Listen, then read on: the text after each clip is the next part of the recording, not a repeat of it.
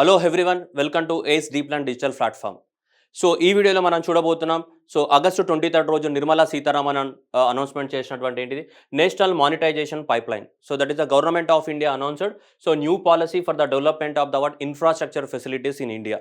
ఇన్ఫ్రాస్ట్రక్చర్ని construction చేయడానికి కోసం ఒక ఇన్నోవేటివ్ ఐడియాని తీసుకురావడం జరిగింది. ఆ ఇన్నోవేటివ్ ఐడియా పేరే national monetisation pipe line. National monetisation pipe line, national monetisation pipe line plus national infrastructure pipe line. ఈ రెండిట్ల గురించి మనం తెలుసుకోవాలి. ఎన్ఐపి, సో ఇప్పుడు ఎన్ఎంపి.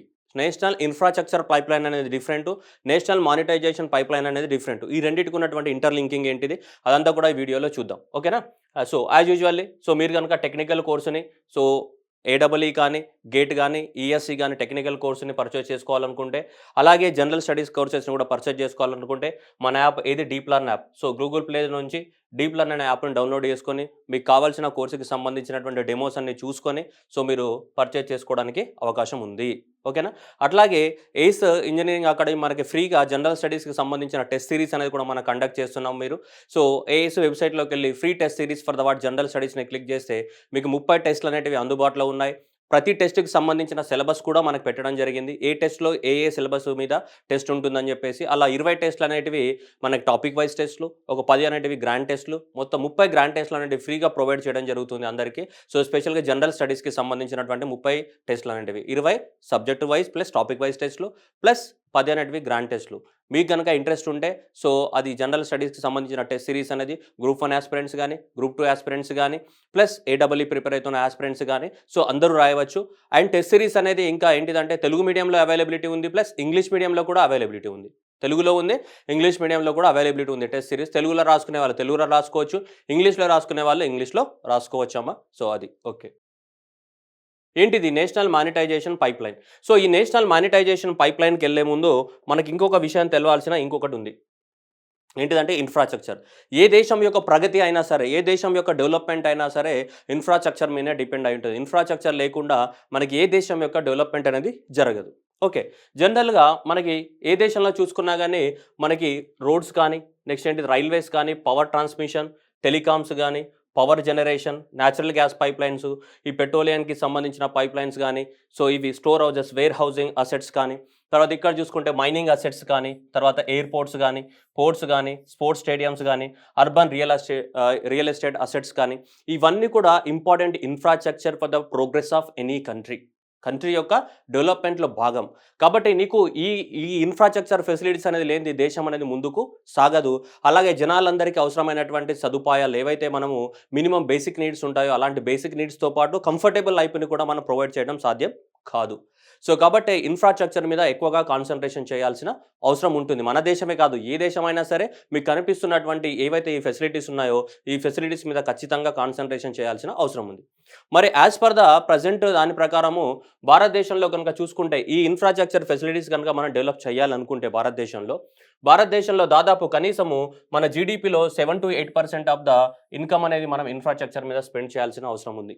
ఎంత ఫండింగ్ అనేది మన భారతదేశం యొక్క జీడిపిలో 7 నుంచి 8% ఆఫ్ ద ఇన్కమ్ అనేది. ఇప్పుడు భారతదేశం యొక్క జీడిపి ఇప్పుడు కరోనా వల్ల తగ్గిపోయింది అనుకోండి, మామూలుగా యావరేజ్గా తీసుకుందాం. ఓకే, ఇప్పుడంటే కరోనా వల్ల తగ్గిపోయింది. ఇప్పుడు ప్రస్తుతానికి ఉన్నటువంటి నామినల్ జీడిపి, సో భారతదేశం యొక్క నామినల్ జీడిపి ప్రస్తుతానికి ఉన్నటువంటి నామినల్ జీడిపి ఎంత ఉంది మనకంటే 197 lakh crores ఉంది. ఓకే, సో ఇది ఓకే. ఇంచుమించుగా మనం ఒక 200 lakh crores అనుకుందాం అటు ఇటుగా. ఓకేనా? నెక్స్ట్ పెరగచ్చు కదా, నెక్స్ట్ ఇయర్ పెరుగుతుంది కదా, ఒక 200 lakh crores అనుకుందాం. ఈ 200 lakh crores into 7%, 200 lakh crores into 7% ఎంత లేదన్నా అప్రాక్సిమేట్లీగా సో మనం అంత ఖర్చు పెట్టాల్సి ఉంటుంది. 7% అనేది ఖర్చు పెట్టాలి ఎప్పుడు, ప్రతి ఇయర్కి. మొత్తానికి కాదు, ఒక ఇయర్కి కనీసం 7 to 8% అనేది మనం ఇన్ఫ్రాస్ట్రక్చర్ మీద స్పెండ్ చేయాల్సిన అవసరం ఉంది ప్రతి ఇయర్కి. అప్పుడు మాత్రమే మన భారతదేశానికి డెవలప్ అవ్వడానికి అవకాశం ఉంది. అట్లీస్ట్ మన ఇన్వెస్ట్మెంట్ లెవెల్స్ అనేది 7 to 8% అనేది ఇన్ఫ్రాస్ట్రక్చర్లో డెవలప్మెంట్ చేయాలి. ఓకేనా? రైట్. సో అప్పుడు మాత్రమే మనకి ఇన్ఫ్రాస్ట్రక్చర్ అంటే ఇంత అమౌంట్ మనం స్పెండ్ చేస్తే కానీ మనం ఇవన్నీ కూడా డెవలప్ చేయడానికి సాధ్యం కాదు అని దాని మీనింగ్.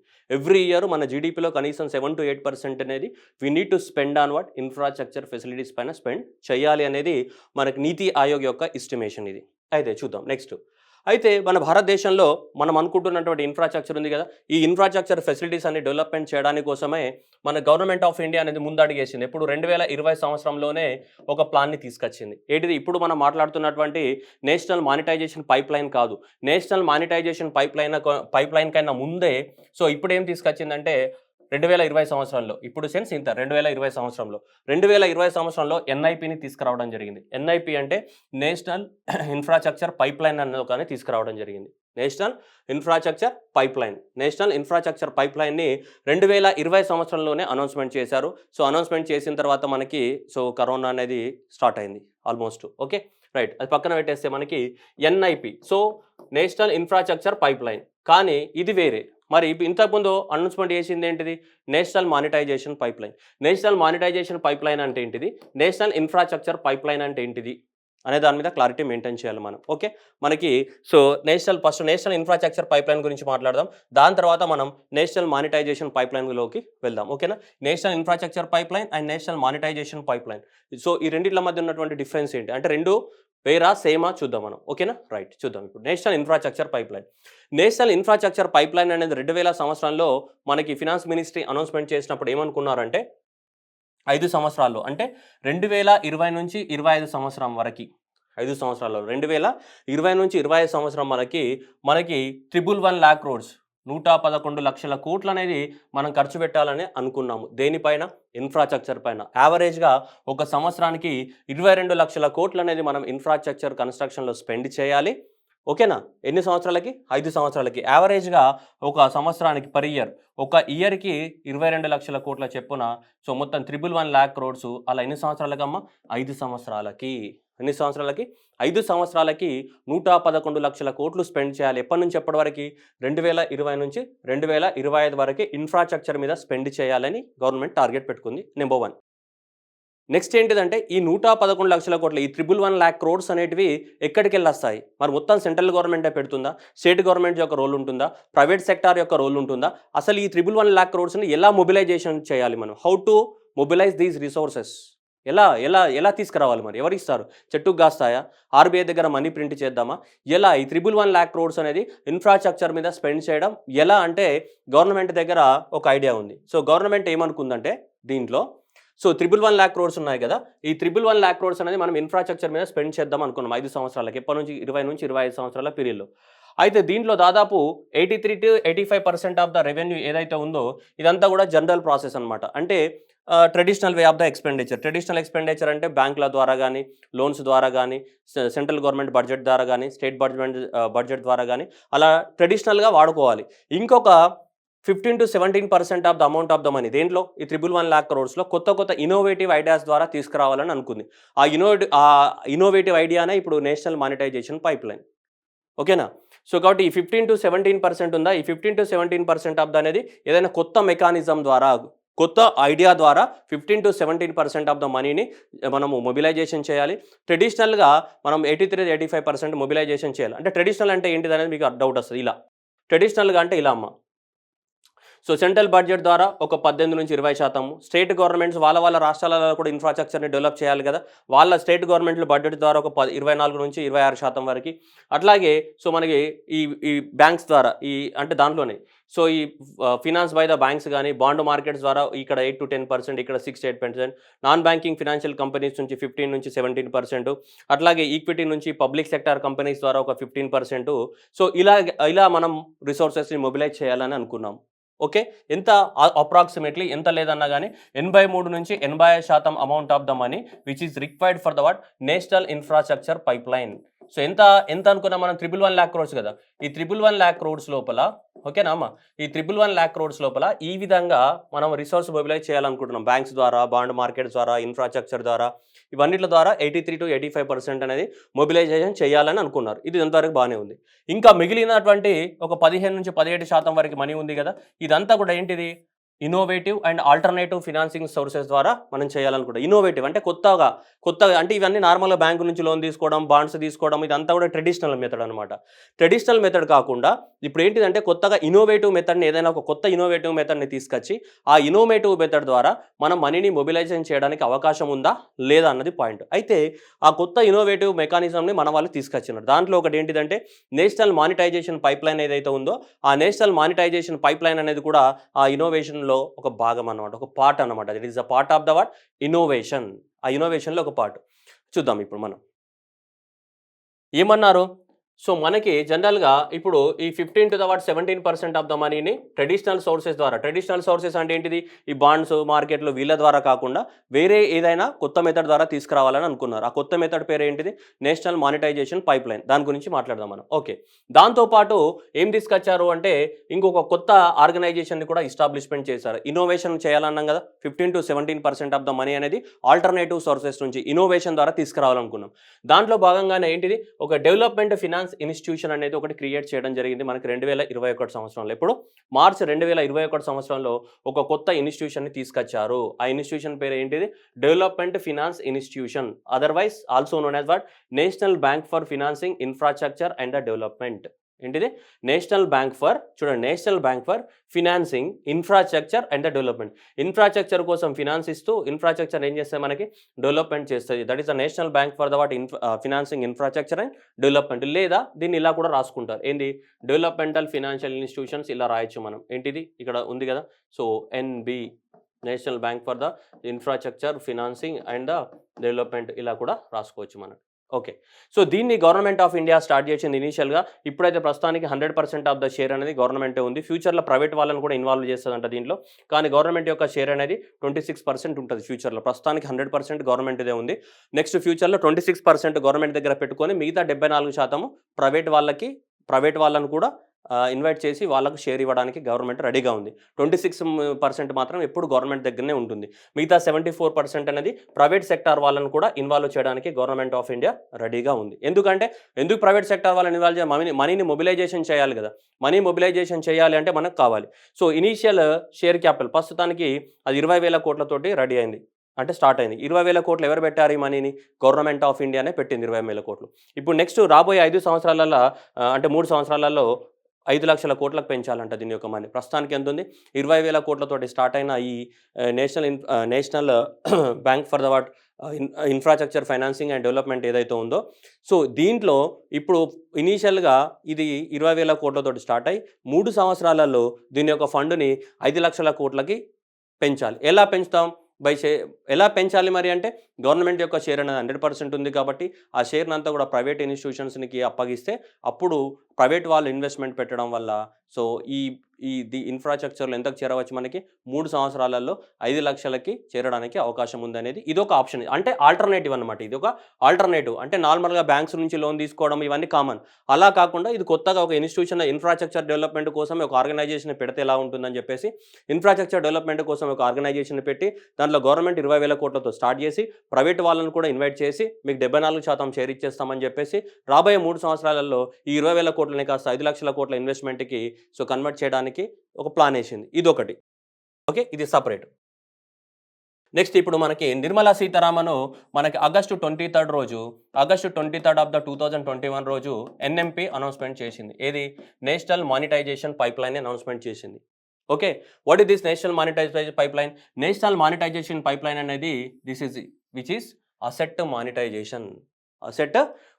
మన దగ్గర ఉన్న ఆస్తులు ఏవైతే ఉన్నాయో ఆ ఆస్తుల్ని మనీలోకి కన్వర్ట్ చేయాలి. What is mean by asset monetisation? Asset అంటే మన దగ్గర ఉన్న ఆస్తి. ఆ ఆస్తిని ఏం చేయాలి మనం? మనీ రూపంలో కన్వర్ట్ చేయాలి. బెస్ట్ ఎగ్జాంపుల్ మీకు ఇస్తాను. మీరు చూడండి. ఒక బెస్ట్ ఎగ్జాంపుల్ ఏంటిదంటే for example what is mean by asset monetisation అంటే సపోజ్ మీ హౌస్ ఉంది. ఓకే. మీకు హౌస్ ఉందమ్మా. ఓకే. ఈ హౌస్ ఉంది. ఈ హౌస్‌లో ఏం చేస్తున్నారు మీరు? కింది ఫ్లోర్‌లో మీరు ఉంటున్నారు. ఫస్ట్ ఫ్లోర్ 1లో మీరు ఉంటున్నారు. గ్రౌండ్ ఫ్లోర్‌లో. ఇక గ్రౌండ్ ఫ్లోర్ సెల్లార్ ఏదో ఒకటి అనుకోండి. ఇంకొక సెకండ్ ఫ్లోర్ ఉంది. ఈ సెకండ్ ఫ్లోర్ అంతా కూడా ఏమి ఇచ్చారు మీరంతా కూడా? సెకండ్ ఫ్లోర్ అంతా కూడా మీ ఇంట్లో రెంట్‌కి ఇచ్చారు. అవునా? రెంట్‌కి ఇచ్చినంత మాత్రాన అది వాని సొంతం కాదు కదమ్మా. ఎన్ని రోజులు ఉంటే అన్ని రోజులు రెంట్ కడతాడా లేదా? ఉన్నన్ని రోజులు రెంట్ కడతాడు. రెంట్‌కి ఇచ్చావు. సో, సెకండ్ ఫ్లోర్ అనేది నీకు ఒక 10,000 రూపీస్ అనేది ఏమవుతున్నాయి నీకు రెంట్ రూపంలో రావడం జరుగుతుంది. అవునా? సో, ఆ రెంట్ ప్రకారం ఏం రాసుకుంటావు? అతనితోటి కాంట్రాక్ట్ రాసుకుంటావు. 1 ఇయర్ ఉంటాడా, 2 ఇయర్ ఉంటాడా అని ఏదో ఒకటి కాంట్రాక్ట్ రాసుకుంటావు. కాంట్రాక్ట్ రాసుకొని ఆ కాంట్రాక్ట్ ప్రకారం ఉన్నన్ని రోజులు ఏముంటాడు అతను. రెంట్ అంటే ఏంటి, లీజ్కే కదా, అతనికి లీజ్కి ఇచ్చినట్టే కదా. రెంట్ ఈజ్ నథింగ్ బట్ లీజే కదా. అతను ఉన్నన్ని రోజులు ఉంటాడు, ఆ తిరిగి నీ ఇల్లుని ఏం చేస్తాడు, మళ్ళీ నీ పేరు మీదనే ఉంటుంది కదా. ఇది కూడా ఏంటిది, ఒక సింపుల్గా చెప్పాలంటే మన భాషలో ఇది కూడా ఏంటిది, అసెట్ మానిటైజేషన్ అనే. సింపుల్గా చెప్పాలంటే this is also what a type of the what asset monetisation. ఇది కూడా ఎందుకంటే ఇల్లు నీ పేరు మీదనే ఉంటుంది, ఆస్తి అనేది నీ పేరు మీదనే ఉంటుంది, కానీ ఆస్తి నుంచి డబ్బు ఎర్న్ చేస్తున్నాం. మానిటైజేషన్ అంటే మనీయే కదా, ఇలా రెంట్ రూపంలో. So this is called what asset monetisation. ఇప్పుడు గవర్నమెంట్ ఆఫ్ ఇండియా కూడా ఈ అసెట్ మానిటైజేషన్ చేయబోతుంది. అంటే గవర్నమెంట్ దగ్గర ఉన్నటువంటి ప్రాపర్టీస్ ఉన్నాయి కదా, అంటే ఎగ్జిస్టింగ్ ప్రాపర్టీస్, అంటే గవర్నమెంట్కి ఏవైతే సో ఆల్రెడీ అసెట్స్ ఉన్నాయో, ఎగ్జిస్టింగ్ అసెట్స్, అవి రోడ్లు కావచ్చు, రైల్వేస్ కావచ్చు, పోర్ట్స్ కావచ్చు, ఎయిర్పోర్ట్స్ కావచ్చు, ఇవన్నీ చాలా వరకు ఉన్నాయి ఆల్రెడీ ఎగ్జిస్టింగ్. మనకి ఇల్లు ఎలా అయితే ఉందో అట్లాగే గవర్నమెంట్కి కూడా అసెట్స్ ఉంటాయి కదా. గవర్నమెంట్కి ఉన్న అసెట్స్ ఏంటిదమ్మా, మేజర్గా ఉన్న అసెట్స్ ఏంటిది, రోడ్లు కానీ, మేజర్ ఏంటి రైల్వేస్ కానీ, లేదంటే పోర్ట్స్ కానీ, లేదంటే ఎయిర్పోర్ట్స్ కానీ, లేదంటే పైప్ లైన్స్ కానీ, ఇట్లాంటివన్నీ ఎవరి ఆస్తులు, ఇవన్నీ కూడా గవర్నమెంట్ యొక్క ఆస్తులు. అవునా? ఈ ఆస్తులను ఏం చేస్తాం, ఇప్పుడు మన పక్కోడికి రెంట్కి ఇస్తామన్నమాట. అంటే ఎవరికి, ఈ ఆస్తులన్నిట్లను ఏం చేస్తాం, లీజుకి ఇస్తాము. ఎవరికి, లీజుకి ఇస్తాము. ఎవరికి ఇస్తాము, లీజుకి ప్రైవేట్ వాళ్ళకి ఇస్తాము. ఏ విధంగా లీజ్కి, ఏ బేసిస్ పైన, మనం ఇల్లు అయితే మనం రెంట్ ఉన్నవాడికి ఎట్లయితే కాంట్రాక్ట్ ఇస్తామో అట్లాగే ఇది కూడా ఏంటి, లీజ్. ఓకే, కాంట్రాక్ట్ బేసిస్ పైన ప్రైవేట్ వాళ్ళకి ఏమి ఇస్తాం, రెంట్కి ఇవ్వడం జరుగుతుంది. ఇది కాంట్రాక్ట్ బేసిస్ పైన ప్రైవేట్ వాళ్ళకి రెంట్కి ఇస్తాం. ఓకేనా, డన్. ప్రైవేట్ వాళ్ళకి రెంట్కి ఇచ్చి ఆ ప్రైవేట్ వాళ్ళ నుంచి గవర్నమెంట్కి ఏమొస్తాయమ్మా, మనీ వస్తాయా లేవా. ప్రైవేట్ వాళ్ళకి రెంట్కి లీజ్కి ఇచ్చినప్పుడు ఒక ఎంత కాంట్రాక్ట్, ఒక 10 ఇయర్స్కో, లేదంటే 12 ఇయర్స్కో, 15 ఇయర్స్కో, ఒక 20 ఇయర్స్కో, 30 ఇయర్స్కో ఏం చేస్తాం, దీన్ని మనము కాంట్రాక్ట్ ఇస్తామన్నమాట. ఎవరికి, ప్రైవేట్ వాళ్ళకి. అప్పుడు ప్రైవేట్ వాడు ఏం చేస్తారు, గవర్నమెంట్కి మనీ ఇస్తాడు. అవునా, ప్రైవేట్ వాడు గవర్నమెంట్. ఇప్పుడు మనం కూడా ఇంట్లో దీనికి రెంట్ ఇచ్చినప్పుడు రెంట్ ఇస్తున్నాడా లేదా, మనకు ఎవ్రీ మంత్ రెంట్ ఇస్తాడు. అట్లాగే ఇప్పుడు మనం కూడా ఈ గవర్నమెంట్ యొక్క రోడ్లు కానీ, రైల్వేలు కానీ, పోర్ట్స్ కానీ, ఎయిర్పోర్ట్స్ కానీ, పైప్ లైన్స్ కానీ, పవర్ సెక్టార్ కానీ, టెలికాం సెక్టార్ కానీ, స్టేడియంస్ కానీ, ఇవన్నీ ఉన్నాయి. ఇవన్నీ కూడా ప్రైవేట్ వాళ్ళకి ఏమి ఇస్తాం, మనం ప్రైవేట్ వాళ్ళకి అమ్మము, లీజుకి ఇస్తాము. మన ఇంట్లో అయితే హౌస్ రెంట్ ఎట్లా ఇస్తామో అట్లాగే గవర్నమెంట్ ఆస్తుల్ని గవర్నమెంట్ ఏమనుకుంటుంది, లీజుకి ఇద్దాం. ఎవరికి, ప్రైవేట్ వాళ్ళకి. ప్రైవేట్ వాళ్ళకి లీజుకి ఇచ్చేస్తే 15 సంవత్సరాలకు, 20, 30 సంవత్సరాలకు ఏం చేద్దాం, లీజుకి ఇద్దాం. లీజుకి ఇస్తే అప్పుడు ఈ ప్రైవేట్ వ్యక్తులు ఆ లీజుకి ఎంతో కొంత మనీ కడతారు కదా. ఈ మనీ అనేది ఎవరికి వస్తుందమ్మా, లీజుకి ఇచ్చినప్పుడు ఈ మనీ అంతా ఎవరికి వస్తుంది, ఈ లీజుకి ఇచ్చినప్పుడు ఈ మనీ అంతా ఎవరికి వస్తుందమ్మా, గవర్నమెంట్కి వస్తుంది. మనీ అంతా గవర్నమెంట్కి వస్తుంది. అప్పుడు గవర్నమెంట్ అనేది ఏం చేస్తుంది, ఈ వచ్చిన మనీతోటి ఇంకా ఏం చేస్తుంది, కొత్త ఇన్ఫ్రాస్ట్రక్చర్, ఇంకా న్యూ ఇన్ఫ్రాస్ట్రక్చర్ ఫెసిలిటీని నేను డెవలప్మెంట్ చేస్తా అని చెప్తుంది గవర్నమెంట్. అర్థమవుతుందా, కొత్త ఇన్ఫ్రాస్ట్రక్చర్ని డెవలప్. అంటే నీకు హౌస్ రెంట్ వస్తుంది కదా, ఈ హౌస్ రెంట్ తోటి ఏం చేయొచ్చమ్మా, నువ్వేమైనా కట్టుకోవచ్చు. అట్లాగే గవర్నమెంట్ కూడా ఏం చేస్తుంది, తన ఆస్తుల్ని ప్రైవేట్ వాళ్ళకి లీజుకి ఇచ్చినందుకు ప్రైవేట్ వాళ్ళు డబ్బులు ఇస్తారు కదా, ఆ డబ్బుల్ని గవర్నమెంట్ తీసుకొని ఆ డబ్బుల్ని తిరిగి మళ్ళీ కొత్త ఇన్ఫ్రాస్ట్రక్చర్ని జనరేట్ చేయడానికి యూజ్ చేస్తా అని చెప్తుంది. ఏ ఆస్తుల్ని లీజుకి ఇస్తుంది, కొత్త ఆస్తుల్ని లీజుకి ఇవ్వట్లేదు. ఆల్రెడీ గవర్నమెంట్ దగ్గర ఉన్నటువంటి ఏంటిది, ఎగ్జిస్టింగ్ అంటే ఏంటిది, ఆల్రెడీ ఉన్న ఆస్తుల్ని, కొత్తగా కట్టే వాటిని కాదు, పాతవి, పాత ఆస్తులు అంటే దీన్ని ఏమంటాం మనం ఎకనామిక్స్ లాంగ్వేజ్లో ఏమంటామమ్మా, బ్రౌన్ ఫీల్డ్ అంటాం. గ్రీన్ ఫీల్డ్ అంటే కొత్తగా ఎంటైర్లీ న్యూ ప్రాజెక్టులను గ్రీన్ ఫీల్డ్ అంటే ఆల్రెడీ ఎగ్జిస్ట్ అయిన ప్రాజెక్టులను ఏమంటాం, బ్రౌన్ ఫీల్డ్. అంటే ఆల్రెడీ కన్స్ట్రక్షన్లో అయిపోయి ఉంటుంది, కానీ దాన్ని ఏం చేస్తాం, మనం ప్రైవేట్ వాళ్ళకి ఇస్తాం మెయింటెనెన్స్ కోసం. ఇన్ని సంవత్సరాలు మీరు మెయింటెనెన్స్ తీసుకోండి, టోల్ గేట్ పెట్టుకోండి, డబ్బులు వసూలు చేసుకోండి, మీ ఇష్టం, మాకు ఇంత ఇచ్చేయండి అని గవర్నమెంట్ అంటుంది. అప్పుడు అంత మనీ వాళ్ళు గవర్నమెంట్కి ఇస్తారు. అప్పుడు గవర్నమెంట్ ఆ మనీ ఏం చేస్తుంది, మళ్ళీ కొత్త ఇన్ఫ్రాస్ట్రక్చర్ని జనరేట్ చేయడానికి కోసము వాడుకుంటుంది.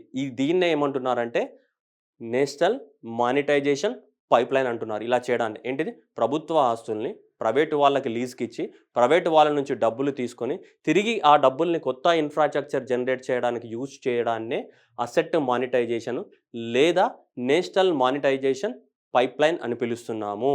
ఏమంటున్నా, నేషనల్ మానిటైజేషన్ పైప్ లైన్ అని పిలుస్తున్నాం. ఓకేనా, అది జాగ్రత్తగా గుర్తుపెట్టుకోవాలి మనకి. ఇది అసెట్ ఏమన్నా చూడండి, asset monetisation is envisaged entails that limited period of the licence or lease of asset owned by the what government. Government authority కానీ పబ్లిక్ కానీ వాళ్ళ దగ్గర ఉన్న ఆస్తిని ఎవరికి ఇస్తున్నాము, ప్రైవేట్ సెక్టార్కి ఇస్తున్నావు. ఓకే, ఎన్ని రోజులకు, ఆర్ ఫర్ ద వాట్ ఎంతో కొంత టైం పీరియడ్ వరకు. దానివల్ల ఏం జరుగుతుంది, వాళ్ళు డబ్బులు ఇస్తూ ఉంటారు నీకు. ఓకేనా, చూడండి ఇక్కడ పబ్లిక్ అథారిటీ లేదంటే గవర్నమెంట్ లేదంటే పబ్లిక్ అథారిటీ. ఇక్కడున్న ఆస్తిని ఎవరికి ఇచ్చావు, ప్రైవేట్ ఇన్వెస్టర్కి ఇచ్చావు. ఇక్కడున్న ఆస్తిని ఏం చేస్తావు, ప్రైవేట్ వాళ్ళకి ఇచ్చావు, ఓకేనా. ప్రైవేట్ వాడికి ఇచ్చినప్పుడు ప్రైవేట్ వాడు ఏం చేస్తాడు మళ్ళీ గవర్నమెంట్కి సో ఎంతో కొంత ఏం చేస్తాడు మనకి డబ్బులు అనేది ఇవ్వడం జరుగుతుంది. అప్పుడు గవర్నమెంట్ ఆ డబ్బులు తీసుకపోయి ఏం చేస్తుంది మళ్ళీ కొత్త ఇన్ఫ్రాస్ట్రక్చర్ జనరేషన్లో ఇన్వెస్ట్మెంట్ పెడుతుంది. చూద్దాం ఒకసారి సైకిల్ చూడండి, ఇక్కడ చూడండి cycle. Already existing based assets అంటే ఆల్రెడీ మన దేశంలో ఉన్నటువంటి రోడ్లు కానీ పోర్ట్స్ కానీ ఎయిర్పోర్ట్స్ కానీ ఇవన్నిటికి కూడా ఏం కావాలి, మెయింటెనెన్స్ కావాలి. గవర్నమెంట్ వల్ల సాధ్యం అవ్వట్లేదు అవన్నీ. సో అందుకోసం ఏం చేసింది, ఎగ్జిస్టింగ్ బేస్డ్ అసెట్స్ ఏవైతే రోడ్లు కానీ ఎయిర్పోర్ట్స్ కానీ పోర్ట్స్ కానీ ఇవన్నీ ఉన్నాయి కదా, వాటన్నిట్లను కూడా ఏం చేస్తాయి, ఈ ఆల్రెడీ ఎగ్జిస్టింగ్ వాటన్నిట్లను కూడా ఎవరికి అప్పచెప్దామని చెప్తుంది, లీజ్కి ఇద్దామని చెప్తుంది. అమ్మట్లేదమ్మా, ఇక్కడ గుర్తుపెట్టుకోవాలి ఏంటిది, లీజ్కి ఇద్దామని చెప్తుంది. లీజ్కి ఇచ్చినప్పుడు అవేమైతే మనీ వస్తుందా లేదా లీజ్కి ఇచ్చినప్పుడు, కాబట్టి దాన్ని ఏమంటున్నాం, మానిటైజింగ్ ద ఎగ్జిస్టింగ్ అసెట్స్. అంటే ఈ లీజ్ ద్వారా మనీ వస్తుంది కదమ్మా, ఈ లీజ్ ద్వారా మనకు మనీ అనేది జనరేట్ అవుతుందా లేదా, ఈ లీజ్ ద్వారా మనీ అనేది జనరేట్ అవుతుంది కాబట్టి దాన్ని ఏమంటున్నాం మనం, monetising the what existing assets అంటున్నాం. ఎగ్జిస్టింగ్ అంటే ఆల్రెడీ ఉన్న వాటిని, కొత్తగా వచ్చే వాటిని కాదు. అంటే బ్రౌన్ ఫీల్డ్ అని దాని అర్థం. బ్రౌన్ ఫీల్డ్ ప్రాజెక్ట్ అంటే ఆల్రెడీ ఇండియాలో ఉన్న ప్రాజెక్టులని మానిటైజేషన్. ఆ మానిటైజేషన్ ద్వారా గవర్నమెంట్కి ఏమవుతుంది, సో ఏంటిది, proceeds from the what monetisation. ఏదైతే మానిటైజేషన్ ద్వారా డబ్బు వస్తుందో, ఈ మనీ అనేది ఏదైతే జనరేట్ అవుతుందో, ఈ మనీ అంతా తీసుకపోయి ఏంటిది మళ్ళీ కొత్తగా న్యూ ఇన్ఫ్రాస్ట్రక్చర్ క్రియేషన్ కోసము ఇన్వెస్ట్మెంట్ చేస్తాము అని గవర్నమెంట్ చెప్తుంది. ఈ ప్రాసెస్నే మనం ఏమని చెప్తున్నాం, నేషనల్ మానిటైజేషన్ పైప్లైన్ అని చెప్తున్నాము. నేషనల్ మానిటైజేషన్ పైప్లైన్ అని చెప్తాం. అంటే నేషనల్ ఇన్ఫ్రాస్ట్రక్చర్లో భాగమే ఇది. నేషనల్ ఇన్ఫ్రాస్ట్రక్చర్ ఏదైతే ఉందో దాంట్లో 111 లక్షల కోట్లు పెడదామని చెప్పాం కదా. ఎన్ని సంవత్సరాలకి, 2020 నుంచి 2025 సంవత్సరం వరకు మనకి నేషనల్ ఇన్ఫ్రాస్ట్రక్చర్ మానిటైజేషన్లో 111 lakh crores ఇన్వెస్ట్మెంట్ పెడదాం అనుకున్నాం, ఓకేనా. ఈ 111 lakh crores ఇదే కదా నేషనల్ మానిటైజేషన్ ప్రోగ్రామ్. సో ఈ 111 lakh crores కొంచెం అమౌంట్ ఆఫ్ ద మనీ మనం ఏ విధంగా తీసుకొస్తున్నాం, ఈ 111 lakh crores లోపల బాండ్స్ ద్వారా, మార్కెట్ల ద్వారా, స్టేట్ బడ్జెట్ ద్వారా, సెంట్రల్ బడ్జెట్ ద్వారా, ఇవన్నిటి ద్వారా తీసుకొద్దాం అనుకున్నాం. దాంట్లో పాటు స్మాల్ అమౌంట్, కొంచెం అమౌంట్ ఆఫ్ ద మనీ అనేది ఒక 6 లక్షల కోట్ల వరకు, ఒక 6 లక్షల కోట్ల వరకు దేంట్లో 111లో ఒక 6 లక్షల కోట్ల వరకు మనం ఇలా చేద్దాం అనుకుంటున్నాం. ఏ విధంగా, అసెట్ మానిటైజేషన్ ద్వారా. ఎంత, 111 lakh crores లోపల. సో ఒక 6 లక్షల కోట్లని మనము ఈ ప్రభుత్వ ఆస్తుల్ని లీజుకి ఇచ్చేసి ప్రైవేట్ వాళ్ళకి, వాళ్ళ దగ్గర నుంచి డబ్బులు తీసుకొని, సో వాళ్ళకి దాని ద్వారా కొత్త ఇన్ఫ్రాస్ట్రక్చర్ని మనం డెవలప్మెంట్ చేద్దాం. వచ్చిన డబ్బుల ద్వారా కొత్త ఇన్ఫ్రాస్ట్రక్చర్ని డెవలప్మెంట్ చేద్దామని అనుకుంటున్నాము. నేషనల్ ఇన్ఫ్రాస్ట్రక్చర్ ప్రాజెక్ట్ యొక్క కాస్ట్ ఎంత, 111 lakh crores ఫ్రమ్ 2020 నుంచి 25 వరకు. ఆ 111 lakh crores ఒక పార్ట్ అన్నమాట ఇది. ఏది, నేషనల్ మానిటైజేషన్ పైప్లైన్ అనేది. నేషనల్ మానిటైజేషన్ పైప్లైన్ అనేది ఒక స్మాల్ పార్ట్. ఎంత, ఒక 6 లక్షల కోట్లు మాత్రమే ఇలా ఆస్తులను తాకట్టు పెట్టి ఎవరికిచ్చి, ప్రైవేట్ వాళ్ళకిచ్చి, వాళ్ళ దగ్గర నచ్చిన మనీ ద్వారా కొత్త ఇన్ఫ్రాస్ట్రక్చర్ని డెవలప్మెంట్ చేయాలని అనుకుంటారు. రెంట్కి ఇచ్చినట్టు అనమాట, మనం రెంట్కి ఇస్తున్నాం అనమాట. మీరు గుర్తుపెట్టుకోవాలంటే ఏంటిది, ప్రభుత్వ ఆస్తుల్ని ప్రైవేట్ వాళ్ళకి రెంట్కి ఇవ్వడం అని దాని భాష. మనం చెప్పాలంటే దాన్నే మనం ఏమంటున్నాం, నేషనల్ మానిటైజేషన్ పైప్లైన్ అని చెప్తున్నాం. ఓకే, చూద్దాం మనం. అసెట్ మానిటైజేషన్ ఇది ఎప్పుడు ప్రపోజ్ చేశారు మనకి అంటే, ఈ నేషనల్ మానిటైజేషన్ పైప్లైన్ అనేది మనకి ఈ సంవత్సరంలో ప్రపోజ్ చేశారు అనమాట, బ్రౌన్ ఫీల్డ్ ప్రాజెక్ట్ లోపల. ఏ సంవత్సరంలో, ఈ సంవత్సరం బడ్జెట్లో. అంటే మనకి 2021 అండ్ 22 ఉందా, సో ఈ 2021 అండ్ 22లో మనకి నేషనల్ మానిటైజేషన్ పైప్లైన్ని ప్రపోజ్ చేయడం జరిగింది. అంటే మేము ప్రభుత్వ ఆస్తుల్ని తనఖా పెట్టి, సో డబ్బులు సంపాదించి వాటిని కొత్త ఇన్ఫ్రాస్ట్రక్చర్ క్రియేట్ చేయడానికి ఉపయోగిస్తామని చెప్పడం జరిగింది మనకు బడ్జెట్లో. ఎంత చేయాలనుకుంటున్నారు, నేషనల్ మానిటైజేషన్ ఎంత చేయాలనుకుంటున్నారు అంటే చూడండి. ఇప్పుడు ఎంత అని చెప్పాను నేను, 6 లక్షల కోట్లు, 6 lakh crores ఓవర్ ద 4 రాబోయే 4 సంవత్సరాలలో దాదాపు ఎంత, 6 లక్షల కోట్లని మనకి ఏ విధంగా మొబిలైజేషన్ చేయాలనుకుంటున్నారు, ఆస్తులను తాకట్టు పెట్టి సంపాదించాలనుకుంటున్నారు. అంటే ఆస్తులను లీజుకిచ్చి ప్రభుత్వ ఆస్తుల్ని లీజుకిచ్చి మనకి సో 6 లక్షల కోట్లు సంపాదించాలనుకుంటున్నారు. దేంట్లో మొత్తం మనకు కావాల్సిన ఎంత, 111 lakh crores ఇన్ఫ్రాస్ట్రక్చర్ మనకి. ఇది ఎన్నిసార్లు నేను రిపీట్ చేస్తున్నా అంటే మీరు అర్థం చేసుకోవాలి, మీరు కన్ఫ్యూజ్ అవ్వద్దు. ఈ 111 lakh crores జస్ట్ 6 లక్షల కోట్లు మాత్రమే మనం ఈ విధంగా తీసుకొస్తున్నాం. దేంట్లో, నేషనల్ మానిటైజేషన్ పైప్లైన్ ద్వారా తీసుకొస్తున్నాం. ఎంత, 6 లక్షల కోట్లు 111 lakh crores, ఓకేనా. Which is corresponding to 5.4% of the infrastructure pipeline. అంటే ఇంతే కదా, 111 lakh crores లోపల ఇది జస్ట్ ఈక్వల్ టు ఎంతమ్మా, 5.4% మాత్రమే. ఎంత, ఈ 111 lakh crores ఈ 6 లక్షల కోట్లు అనేది just small percentage, 5.4% of the national infrastructure pipeline. National infrastructure pipeline యొక్క టోటల్ ఎంత అమ్మా, 111 lakh crores. నేషనల్ మానిటైజేషన్ ఎంత, 6 లక్షల కోట్లు. నేషనల్ మానిటైజేషన్ సపరేట్ కాదు. నేషనల్ మానిటైజేషన్ అనేది నేషనల్ ఇన్‌ఫ్రాస్ట్రక్చర్ పైప్‌లైన్‌లో భాగమే. దాంట్లో ట్రెడిషనల్ సోర్సెస్ కాకుండా కొత్త ఇన్నోవేటివ్ మెకానిజమ్స్ ద్వారా మనం డబ్బుల్ని మొబిలైజేషన్ చేయాలనుకున్నాము. అలా తీసుకొచ్చిన ఒక ఇన్నోవేటర్ మెథడే నేషనల్ మానిటైజేషన్ స్కీమ్. అలా ఎంత? ఒక 6 లక్షల కోట్లని మనం మొబిలైజేషన్ చేయాలనుకుంటున్నాము. 6 లక్షల కోట్లు is nothing but which is equal to the what 5.4% of the 111,000 lakh crore. 111,000 lakh crores దాదాపు 5.4% ఈక్వల్. ఓకే. సో ఎందుకు చేయాలనుకుంటామంటే ఇది మనకి ఇమీడియట్‌గా ఫండింగ్ కావాలి కాబట్టి serve as a medium road map for the what ministries and the agencies. మన మినిస్ట్రీకి and ఏజెన్సీకి డబ్బులు కావాలి కాబట్టి ఇమీడియట్‌గా వాళ్ళకు ఒక రోడ్ మ్యాప్ లాగా మీడియం టర్మ్‌లో ఇన్‌ఫ్రాస్ట్రక్చర్‌ని డెవలప్‌మెంట్ చేయడానికి కోసం ఇమీడియట్‌గా ఉపయోగపడుతుందని.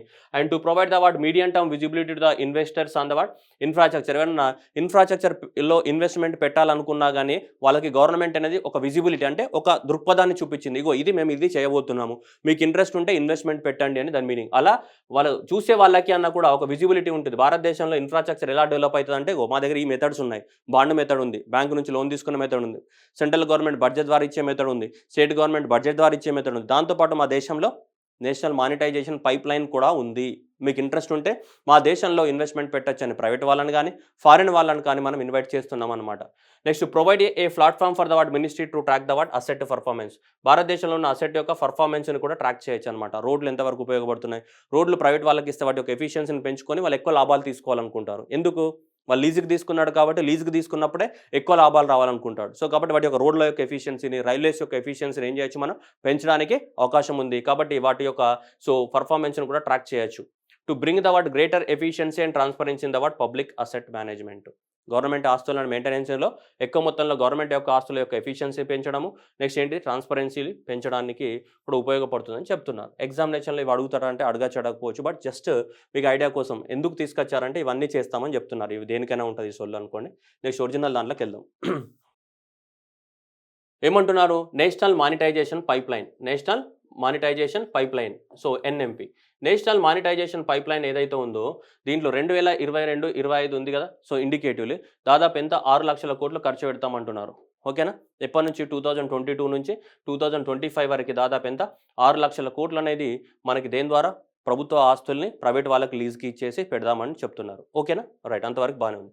ఇప్పుడు ఈ సంవత్సరానికి ఎంత పెట్టాలనుకుంటున్నారు? జస్ట్ 88,000 కోట్లు మాత్రమే. ఎంత? 0.88 lakh crores ఎంత? ఈ సంవత్సరం ఈ ఫినాన్షియల్ ఇయర్‌కి ప్రెజెంట్ రన్ అవుతున్న ఫినాన్షియల్ ఇయర్‌కి ఎంత? 0.88 lakh crore పెట్టాలనుకుంటున్నారు. ఓవరాల్‌గా రాబోయే 4 సంవత్సరాలలో ఒక క్లారిటీ అమ్మ. మొత్తము 111 లక్షల కోట్లల్లో ఓకేనా?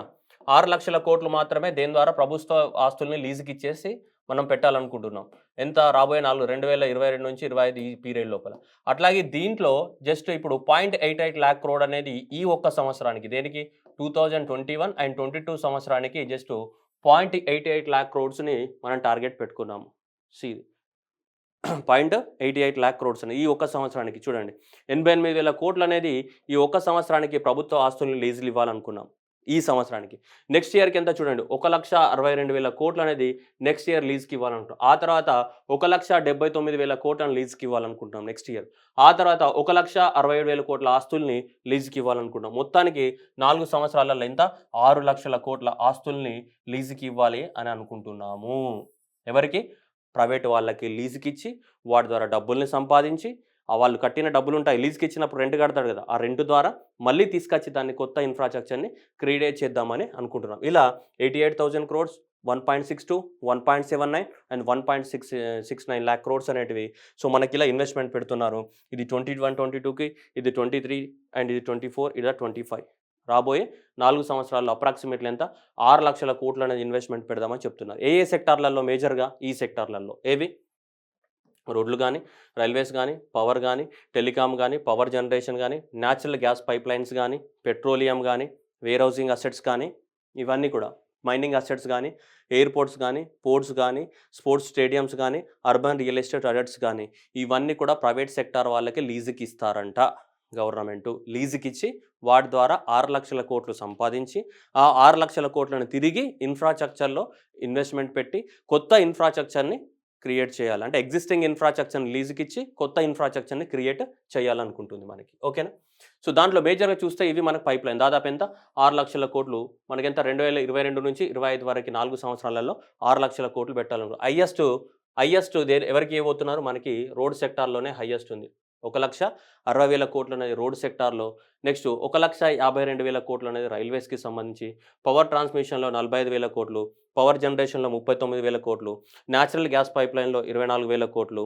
నెక్స్ట్ ఈ product pipelines and petroleum product transmission చేసే పైప్‌లైన్స్‌లో 22,000 కోట్లు.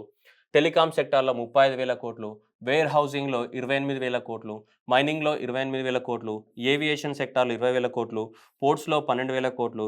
స్టేడియంలో 11,450 కోట్లు. ఇలా ఇవన్నీ ఇట్లా సెక్టార్ వైస్ స్పెసిఫికేషన్ ఇచ్చారు. ఇలా 6,00,000 కోట్లు అనేది సంపాదిస్తామని. అంటే ఈ సెక్టార్‌లో ఉన్నటువంటి ప్రభుత్వ ఆస్తుల్ని ప్రైవేట్ వాళ్ళకి రెంట్‌కిచ్చి వాళ్ళ దగ్గర నుంచి డబ్బులు తీసుకొని, ఆ డబ్బుల్ని తీసుకొని వాటి ద్వారా మళ్ళీ క్రియేట్ చేయాలనుకుంటున్నారు. ఎన్ని 6,00,000 కోసం. ఎంతలా ఇది జస్ట్ ఎంత 5.4% ఆఫ్ ద ఎన్ఐపిలో భాగం ఇదంతే. ఎన్ఐపి యొక్క టోటల్ స్ట్రక్చర్ ఎంత 111,1 lakh crores. ఎన్ఐపి అనేది 111,1 lakhs. ఈ ఎన్ఐపిలో ఇది జస్ట్ ఎంత 5.4 which is equal to 6 lakh crores.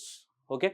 ఇలా రైల్వేస్ హైయెస్ట్ దేంట్లో వస్తుంది మనకి రైల్వేస్. సెక్టార్ వైస్ కనుక డివైడ్ చేసుకుంటే 27% అనేది ఏ ఆస్తుల్ని ప్రైవేట్ వాళ్ళకి లీజ్‌కి ఇవ్వబోతున్నారు. హైయెస్ట్ రోడ్ సెక్టార్‌లోనే 27%, రైల్వేస్‌లో ఎంత 25%, నెక్స్ట్ ట్రాన్స్‌మిషన్‌లో 8%, పవర్ జనరేషన్‌లో 4%, టెలికాం సెక్టార్‌లో 6%, వేర్ హౌసింగ్‌లో అంటే విచ్ ఈజ్ ఈక్వల్ అంటే పర్సెంటేజ్ వైస్ అంటే 6,00,000 కోట్లలో. ఆ 6,00,000 కోట్లలో హైయెస్ట్ ఏదుంది రోడే కదా! ఈ 6,00,000 కోట్లలో 1,60,000 కోట్లు అనేది ఏ సెక్టార్ ఉంది రైల్వే సెక్టార్‌దే roadway sector then followed by the what railways. వీటిదే ఆల్మోస్ట్ 40% భాగం ఇది. 52% ఇవి రెండిట్లో ఉన్నాయి. ఏది రోడ్ అండ్ ద రైల్వేసే ఉన్నాయి. 52% 6,00,000 కోట్లలో 27% అనేది రోడ్వేస్ అండ్ నెక్స్ట్ ఏంటిది మనకి రైల్వేస్. సో ఇలా ఇవన్నీ కూడా పవర్ సెక్టార్ ఇవన్నీ కూడా మనకి ఇలా డిఫరెంట్ ఇవన్నీ గుర్తుపెట్టుకోవాలంటే అవసరం లేదు. జస్ట్ టాప్ 3 గుర్తుపెట్టుకుంటే చాలు. ఏది రోడ్స్ గానీ, రైల్వేస్ గానీ నెక్స్ట్ ఏంటిది పవర్ ట్రాన్స్‌మిషన్ లైన్‌లో 8%, నెక్స్ట్ పవర్ జనరేషన్‌లో 7%. ఇప్పుడు టెలికాం సెక్టార్ అనేది మనకి చాలా డేంజరస్ కండిషన్‌లో ఉంది కదా! ఐడియా అండ్ వోడాఫోన్ అనేది కుప్పకూలిపోయింది కదా! సో టెలికాం సెక్టార్‌లో ఎంత 6% ఇలా. అంటే మన బిఎస్ఎన్ఎల్ వీటిని అవి కూడా ప్రైవేట్ వాళ్ళకి తాకట్టు పెడతారని దాని అర్థం. లీజ్‌కి ఇస్తారని. ఓకే. బిఎస్ఎన్ఎల్‌కి టవర్స్ చాలా ఉంటాయి. ఆ టవర్స్‌ని ఏం చేస్తారు ప్రైవేట్ వాళ్ళకి ఇస్తారు మెయింటైన్ చేయమని. అట్లా రకరకాలుగా. ఓకేనా. ఇవి ఎగ్జామ్ పర్పస్‌లో మనం గుర్తుపెట్టుకోవాల్సినవి. జస్ట్ మీ ఐడియా కోసం మిగతావి చూపిస్తాను నేను. రోడ్ సెక్టార్‌లో ఏంటిది 1.6 lakh crores పెట్టాలనుకుంటున్నారు. అవునా. రోడ్ సెక్టార్‌లో 6,00,000 కోట్లలో 1.6 lakh crores దేంటి జస్ట్ రోడ్వే సెక్టార్స్ నుంచి చూడండి. ఇక్కడ రోడ్వే సెక్టార్‌ని చూసుకుంటే 5,000 కిలోమీటర్లు, 5,400 కిలోమీటర్లు, 7,000 కిలోమీటర్లు, 8,000 కిలోమీటర్లు ఇవన్నీ కూడా ప్రైవేట్ వాళ్ళకి ఇస్తారంట. మెయింటెనెన్స్ కోసం, ఆపరేషన్ కోసము ప్రతి ఇయర్ ప్రైవేట్ వాళ్ళకి ఇస్తారు. ఈ ఇయర్ అయితే 5,000 కిలోమీటర్లు, నెక్స్ట్ ఇయర్ 5,000, ఆ ఇయర్ 7,000, ఆ ఇయర్ 8,000 ప్రైవేట్ సెక్టార్ వాళ్ళకి ఇచ్చేస్తారనమాట. దేనికోసం మెయింటైన్ చేసుకోండి, ఆపరేట్ చేసుకోండి, మాకు కొన్ని డబ్బులు ఇచ్చేసేయండి. మిగిలినంతా మీరు ఉంచుకోండి. లీజ్ అంటే కాంట్రాక్ట్ ఉంటది. ఇంత కాంట్రాక్ట్. లాభం వస్తే లాభం నీకే. నాకు కాంట్రాక్ట్ ప్రకారం నాకు ఎంత రావాలో అంత ఇచ్చేయని అంటుంది గవర్నమెంట్. Simple logic. సో అలా ఇలా 1.6 lakh crores దేని ద్వారా రోడ్ల ద్వారా. ఇలా ఇది చూస్తే నార్త్ ఈస్టర్న్ రీజియన్స్‌లో 1,361 కిలోమీటర్స్, ఈస్టర్న్ రీజియన్‌లో 1,478, వెస్టర్న్ రీజియన్‌లో 2,031 అండ్ సదరన్ రీజియన్‌లో 1,931 కిలోమీటర్స్ అనేది ఇవన్నిట్లను కూడా ప్రైవేట్ చేతుల్లో ప్రైవేట్ వాళ్ళకి లీజ్‌కి ఇచ్చేసి రోడ్లని వాళ్ళ దగ్గర నుంచి గవర్నమెంట్ డబ్బులు తీసుకుంది. మరి ప్రైవేట్ వాళ్ళకి ఎక్కడికొస్తాయి? ఆ రోడ్లని ఆపరేట్ చేయాలి, మెయింటైన్ చేయాలి, టోల్ ట్యాక్సులు వసూలు చేసుకుంటారు. టోల్ గేట్ల ద్వారా డబ్బులొచ్చేస్తాయి. అలా అన్నమాట. ఓకే. నెక్స్ట్ ఇది రైల్వేస్‌కి సంబంధించి ఇది స్టోరీ. ఇలా మానిటైజేషన్ చేస్తారంట. సో రైల్వేస్‌కి సంబంధించి 22, 23, 24, 25 ఇలా చూస్తే 17,000 ఇక్కడ 57,000, 44,000 ఇలా మొత్తం ఎంత 1,01.52 lakh crores అనేది ఎంత మనది 25% ఇక్కడ నుంచే కదా రైల్వేస్, 27% రోడ్వేస్, 27% రోడ్వేస్ అయితే 1.62 lakh crores కదా రోడ్వేస్. ఇదే 27%. రైల్వేస్ అనేది 1.52 ఇదొక 25% మనకి. ఓకేనా. సో నెక్స్ట్ ఇవన్నీ చూస్తే మనకి ఎయిర్‌పోర్ట్స్. ఈ ఎయిర్‌పోర్ట్స్ అనేవి కనిపిస్తున్నాయి. ఇవి కూడా తర్వాత ప్రైవేట్ వాళ్ళకి ఆపరేషనల్ మెయింటెనెన్స్ కోసం ఇస్తారండి ఇవన్నీ కూడా. ఈ ఇయర్‌లో 2022లో భువనేశ్వర్, వారణాసి, అమృత్సర్, ఇండోర్, ఆ తర్వాత 23లో ఇవి, ఆ తర్వాత 24లో ఇవి, ఆ తర్వాత 25లో ఇవి. ఇవన్నీ కూడా ప్రైవేట్ వాళ్ళకి ఆపరేషనల్‌కి ఇస్తామని చెప్తుంది గవర్నమెంట్. అంటే మీకు ఇన్ఫర్మేషన్ కోసం చూపిస్తున్నాను. ఇవి గుర్తుపెట్టుకోవద్దు ఎగ్జామ్ పర్పస్‌లో. ఇవి కూడా గుర్తుపెట్టుకోవాల్సిన అవసరం లేదు. జస్ట్ ఇది ఇక్కడ నుంచి ఏం గుర్తుపెట్టుకోవద్దు. జస్ట్ మీకు ఐడియా కోసం. ఇది కానీ సో ఇవి కానీ ఇదేంటి మీకు ఐడియా కోసం ఏం చేస్తుంది గవర్నమెంట్ అంటే మీకు ఒక ఐడియా కోసం. ఓకే. సో ఇవన్నీ కూడా ప్రైవేట్ వాళ్ళకి ఆపరేషనల్ మెయింటెనెన్స్ కోసం ఇస్తారు కొన్ని సంవత్సరాల పాటు. సో అట్లాగే ఇక్కడ కూడా చూసుకుంటే పైప్‌లైన్స్ ఇవన్నీ పైప్‌లైన్స్ కనిపిస్తున్నాయా? ఈ పైప్‌లైన్స్ అన్నీ కూడా గవర్నమెంట్ ప్రైవేట్ వాళ్ళకి ఇవ్వాలని డిసైడ్ అయిపోయింది. ఈ సారీ పోర్ట్స్ ఇవన్నీ పైప్‌లైన్స్ కాదు పోర్ట్స్. ఇవన్నీ కూడా ఏవి పోర్ట్స్ ఉన్నాయి పారాదీప్ పోర్ట్ ఇవన్నీ ఉన్నాయి కదా! ఇండియాలో ఉన్నటువంటి మేజర్ పోర్ట్స్ మీ అందరికీ తెలుసు కదా! ఆ పోర్ట్స్ అన్నీ కూడా సో ప్రైవేట్ సెక్టార్ వాళ్ళకి లీజ్‌కి ఇవ్వాలని గవర్నమెంట్ డిసైడ్ అయింది. అట్లాగే వీళ్ళ పైప్‌లైన్స్. ఈ పైప్‌లైన్స్ కూడా. సో ఇట్లా గవర్నమెంట్ అనేది ఏ సెక్టార్‌ని ఇలా రోడ్లను గాని, రైల్వేస్ గాని ఇలా ఇవన్నీ ఉన్నాయిగా రోడ్ సెక్టార్ గాని, రైల్వేస్ గాని, పవర్ సెక్టార్ గాని, టెలికాం గాని, వేర్ హౌసింగ్ గాని ఇవన్నీ ఉన్నాయా? సో ఇవన్నిట్లను కూడా ప్రభుత్వ ఆస్తుల్ని తాకట్టు పెట్టి సో డబ్బులు సంపాదించి వాటిని కొత్త ఇన్‌ఫ్రాస్ట్రక్చర్ క్రియేట్ చేయడానికి వాడాలనుకుంటుంది. ఇలా ప్రభుత్వ ఆస్తుల్ని తాకట్టు పెట్టి వాటి ద్వారా డబ్బులు సంపాదించి అంటే లీజ్‌కిచ్చి తాకట్టు అంటే లీజుకిచ్చి వాటి ద్వారా డబ్బులు సంపాదించి ఆ డబ్బుల్ని కొత్త ఇన్‌ఫ్రాస్ట్రక్చర్ ప్రాజెక్టు కట్టడాని కోసం ఉపయోగిస్తామని చెప్తుంది. అలా ఎంత 6,00,000 4 సంవత్సరాలలో 2020 నుంచి 2025 వరకి 6,00,000 ఇలా ప్రభుత్వ ఆస్తుల్ని సో రెంట్‌కిచ్చి, సంపాదించి కొత్త ఇన్‌ఫ్రాస్ట్రక్చర్‌ని కట్టాలని గవర్నమెంట్ డిసైడ్ అయ్యింది. దీన్నే ఏమంటాం నేషనల్ మానిటైజేషన్ పైప్‌లైన్ అంటాము. ఈ నేషనల్ మానిటైజేషన్ పైప్‌లైన్ అనేది నేషనల్ ఇన్‌ఫ్రాస్ట్రక్చర్ పైప్‌లైన్‌లో భాగమే. నేషనల్ ఇన్‌ఫ్రాస్ట్రక్చర్ పైప్‌లైన్ ఎంత? 1,1,1,000 క్రోర్. ఆ 1,1,1,000 క్రోర్స్‌లో ఒక 15% మనీని కొత్త ఇన్నోవేటివ్ మెథడ్స్ ద్వారా తీసుకురావాలి. ఆ ఇన్నోవేటివ్ మెథడే ఇది. ఏది? నేషనల్ మానిటైజేషన్ పైప్‌లైన్ అనేది ఒక innovative method to mobilise the resources for development of the infrastructure. ఓకేనా? Thank you everyone and all the best. Okay. మీకు నచ్చితే లైక్ చేయండి, షేర్ చేయండి. నేషనల్ ఇన్‌ఫ్రాస్ట్రక్చర్ అనేది ఏదైతే మనం చెప్పాం కదా! ఈ నేషనల్ ఇన్‌ఫ్రాస్ట్రక్చర్ పైప్‌లైన్ అనేది ఇలా చేయడం ప్రభుత్వ ఆస్తుల్ని ప్రైవేట్ వాళ్ళకి లీజ్‌కి ఇవ్వడం అనేది సరి అయినదా? కాదా? మీరు దాన్ని సపోర్ట్ చేస్తారా? లేదా? అనేది మీరు కామెంట్‌లో తెలియజేయండి. Thank you everyone.